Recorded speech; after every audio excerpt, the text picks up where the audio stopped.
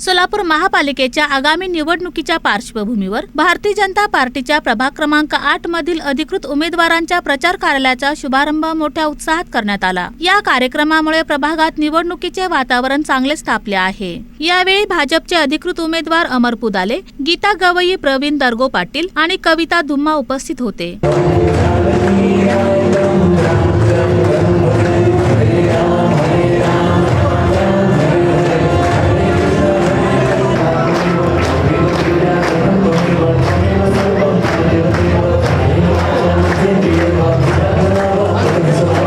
या कार्यक्रमाला प्रमुख पाहुणे म्हणून आमदार विजयकुमार देशमुख उपस्थित होते। तसेच भाजपच्या शहराध्यक्षा रोहिणी तडवळकर, पक्षाचे ज्येष्ठ पदाधिकारी, माजी नगरसेवक, युवक आघाडीचे कार्यकर्ते व प्रभागातील नागरिक मोठ्या संख्येने सहभागी झाले होते। उद्घाटन प्रसंगी आमदार विजयकुमार देशमुख यांनी प्रभाग क्रमांक 8च्या सर्वांगीण विकासासाठी भाजप कटिबद्ध असल्याचे सांगत नागरिकांना भाजप उमेदवारांना पाठिंबा देण्याचे आवाहन केले। महानगरपालिकेच्या निवडणुका असू द्या, आपण कुठंच कधी मागे राहिलं नाही, कधी कमी पडलो नाही। सातत्यानं भारतीय जनता पक्षाने ज्यांना उमेदवारी दिलं त्यांच्या पाठीमागे आपली ताकद लावून आपण काम केलं। याच्यात आपले चारही उमेदवार कसं निवडून येतील, जास्तीत जास्त मतांनी कसं निवडून येतील। कारण आज नारळ फोडत असताना या नारळ मी आपल्या या सगळ्या माता बहिणींनी आमच्या इथं नारळ फोडलं प्रचाराचं, आणि फोडत असताना माझ्या मनात आलं की बाबा आपण भारतीय जनता पक्षाला हे नारळ फोडत असताना हा विजयाचा नारळ आहे, आणि हे विजयाचं नारळ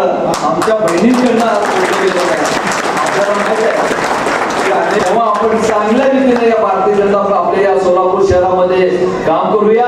आपल्या सगळ्यांना विनंती करतो की येणाऱ्या या 15 तारखेच्या मतदानाच्या दिवशी आपण सगळ्यांनी कमळ चिन्हाच्या समोर आपले फुली बटन दाबून जास्तीत जास्त मताने आपण सगळ्यांनी निवडून आणावं, ही विनंती करण्यासाठी आम्ही इथं सगळ्याजण उपस्थित आहोत। आणि तुमचा आशीर्वाद, तुमचं सहकार्य या चारही उमेदवारांवर राहावं। शहराध्यक्षा रोहिणी तडवळकर यांनीही पक्षाच्या विकास कामांचा आढावा घेत उमेदवार सक्षम असल्याचा विश्वास व्यक्त केला। तेव्हा आपण निवडणूक लढवतो तेव्हा निवडणुकीचा नारळ फोडण्याचा शुभारंभ हीच आपल्या विजयाची खात्री आहे। प्रभागातील सर्व भागातील सर्व नेते मंडळी, सर्व नागरिक आणि सर्व पाठिंबा देणारे आमचे सगळे ज्येष्ठ मंडळी आणि कार्यकर्त्यांना विजयाचा संकल्प घडवणारी आपल्यासारखी मंडळी आज या सगळ्या प्रमुख लोकांच्या बरोबरच आपल्या या उमेदवारांचा विजय नक्की झालेला आहे असं म्हटलं तर वाढवणार। शहरामध्ये 102 उमेदवार हे भारतीय जनता पार्टीचं कमळ चिन्ह घेऊन उमेदवारी लढवत आहेत।